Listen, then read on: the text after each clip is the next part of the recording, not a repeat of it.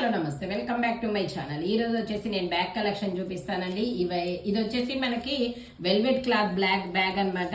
ఇలా మొత్తం gold colour జరీతో సీక్వెన్స్ ఎంబ్రాయిడరీ థ్రెడ్ వర్క్ అనేది వస్తుంది. మనకి ఇలా పూసలతో హ్యాండిల్ అనేది ఇస్తారు.